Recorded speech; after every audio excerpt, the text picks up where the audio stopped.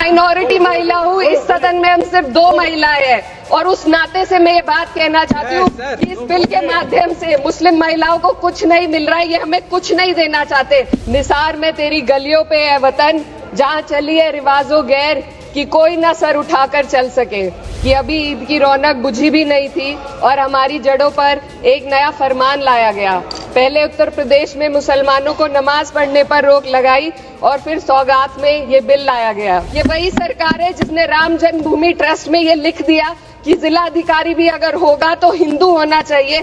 कोई मुझे बताए कि वहाँ पर सेक्युलरिज्म का रस क्यों नहीं घोला गया। सुश्री इकरा चौधरी जी, प्लीज आप बोलिएगा। धन्यवाद सभापति जी। मैं सबसे पहले दाद देना चाहती हूँ इस बिल के टाइमिंग की कि अभी ईद की रौनक बुझी भी नहीं थी और हमारी जड़ों पर एक नया फरमान लाया गया। पहले उत्तर प्रदेश में मुसलमानों को नमाज पढ़ने पर रोक लगाई और फिर सौगात में ये बिल लाया गया।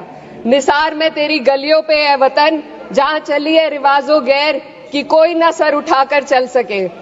मैं सभापति जी आपको ये बताना चाहती हूँ कि ईद के मौके पर एक विधवा महिला अपनी लड़की के साथ मेरे पास आई और उसने बताया कि वह एक वक्फ की प्रॉपर्टी में रहती है, वही उसके सर पर छत का काम भी करती है और उसकी रोजी रोटी भी वहीं से आती है।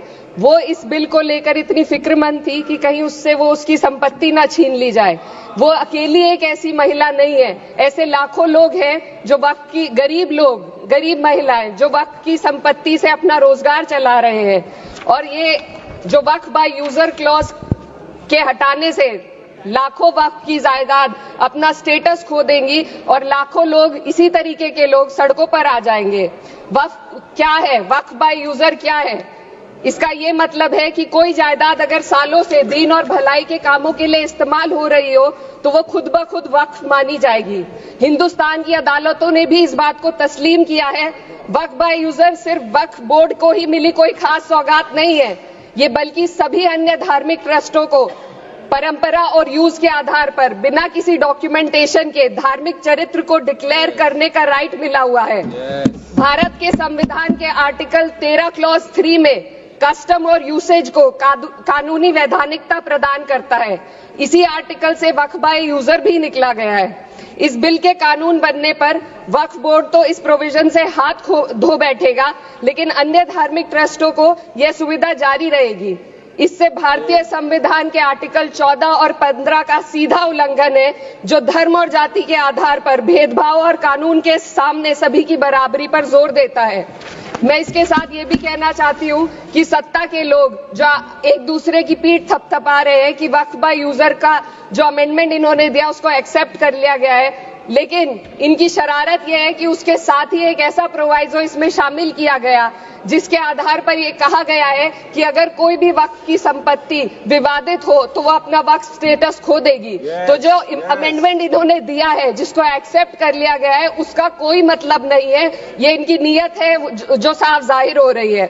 सोने पर सुहागा एक काम और किया है, सरकार ने वक्फ की कानून के सेक्शन 107 को हटाकर लिमिटेशन एक्ट में 12 साल तक ही किसी के खिलाफ अदालत में जाने का प्रोविजन है। सेक्शन 107 में बोर्ड को लिमिटेशन एक्ट से राहत मिली हुई थी। वक्फ बोर्ड कभी भी अवैध कब्जाधारियों के खिलाफ अदालत जा सकता था। अगर ये सेक्शन ना हो तो अवैध कब्जा करने वाले लोग कानूनी प्रक्रिया का फायदा उठाकर वक्फ की प्रॉपर्टी को हड़प सकते हैं। अन्य धार्मिक ट्रस्टों पर भी ये लिमिटेशन एक्ट लागू नहीं होती, तो फिर वक्फ बोर्ड के साथ ये सौतेला रवैया क्यों किया जा रहा है? धर्म को देखकर दोहरी नीति क्यों अपनाई जा रही है? सेक्शन 107 और वक्फ बाय यूजर को अगर एक साथ पढ़ा जाए तो इससे लाखों वक्फ की प्रॉपर्टी पर कब्जा किया जाएगा। इसलिए ये बिल मुसलमान की भलाई का नहीं बल्कि उनके वजूद और विरासत को मिटाने का बिल है।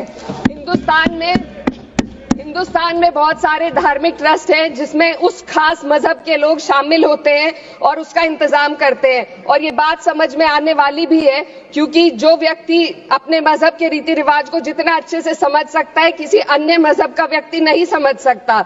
आर्टिकल 26 क्लॉज 2 के तहत धार्मिक संप्रदायों को अपने मजहबी इदारों के एडमिनिस्ट्रेशन का हक देता है, लेकिन वक्फ बोर्ड के बारे में इसको उल्टा किया जा sir 2 minute sir please 2 minutes. सरकार इसे एक सेक्युलर बॉडी मान रही है और इसमें गैर मुस्लिमों को शामिल करने की बात कह रही है। आपके मुंह से सेक्युलरिज्म की बात सुनकर अच्छा लगा, लेकिन अगले ही पल ये भ्रम टूट जाता है, क्योंकि आपको सिर्फ दान देने के लिए प्रैक्टिसिंग मुस्लिम का आपने क्लॉज डाला है, लेकिन बोर्ड में बैठने के लिए मुस्लिम होने की कोई आपकी क्लॉज नहीं है। तो इससे आपकी जो दोहरी नीति है वो साफ जाहिर होती है। ये वही सरकार है जिसने राम जन्मभूमि ट्रस्ट में ये लिख दिया कि जिला अधिकारी भी अगर होगा तो हिंदू होना चाहिए। कोई मुझे बताए कि वहां पर सेक्युलरिज्म का रस क्यों नहीं घोला गया? सर आखिर में मैं अपनी बात को खत्म करने से पहले महिलाओं का मुद्दा बार बार उठाया जा रहा है। सरकार का कहना है कि बोर्ड में मुस्लिम महिलाओं को रिप्रेजेंटेशन देंगे। इस कानून से पहले भी मुस्लिम महिलाएं बोर्ड में मेंबर रह चुकी हैं और मिनिमम 2 का प्रोविजन था, उससे ज्यादा भी हो सकती थी। सर मैं ये कहना चाहती हूँ कि सरकार ने महिलाओं के लिए ऐसा कौन सा नया काम किया जिसका ढिंडोरा सरकार का हर सदस्य पीट रहा है? इस बात की तायीद अगर आपकी तरफ से कोई मुस्लिम महिला करती तो हम उसका यकीन भी करते, लेकिन अफसोस आपकी इतनी लंबी कतार में एक भी मुस्लिम महिला नजर नहीं आती है।